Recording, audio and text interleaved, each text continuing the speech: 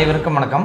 இது தேர்தல் அரசியல்ல இன்னைக்கு நம்ம பார்க்க இருக்கிற தொகுதி என்ன அப்படின்னா, தேர்தல் அரசியலால் ஒதுக்கப்பட்ட 16வது தொகுதி அப்படின்னா எழும்பூர் தொகுதி தான் அந்த 16வது தொகுதி.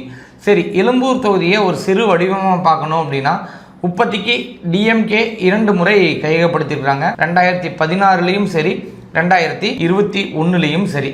சரி, இதே டிஎம்கே 2011 வின் பண்ணாங்களா அப்படின்னு கேட்டால் இப்போ டிஎம்டிகே வந்திருக்கிறாங்க அப்படின்னு பார்க்கலாம். சரி, இது ஒரு பெல்ட்டா எப்படி அப்படின்னு கேட்டிங்க அப்படின்னா, பல முறை டிஎம்கே மட்டும்தான் இது தன்வசப்படுத்தி வச்சிருக்கிற ஒரு தொகுதி எழும்பூர் தொகுதி. சரி, இதில் ஸ்டார் வேட்பாளர்கள்லாம் யார் யார் நின்றுக்கிறாங்க, சரி எந்த தொகுதியில் எத்தனை வித்தியாசத்தில் வின் பண்ணியிருக்கிறாங்க, 2ஆம் இடம் 3ஆம் இடம்லாம் யார் யார் வந்திருக்கிறாங்க, சரி அந்த 2ஆம் இடம் 3ஆம் இடத்துக்கு இப்போ யார் யாரெல்லாம் காத்திருக்கிறாங்க, முதல் இடத்துல யார் வரப்போகிறாங்க, ஸோ எந்த மாதிரி கூட்டணி 3 முனையாக இருந்தால் எப்படி, 4 முனையாக இருந்தால் எப்படி அப்படிங்கிறதெல்லாம் இப்போ நம்ம பார்க்கலாம்.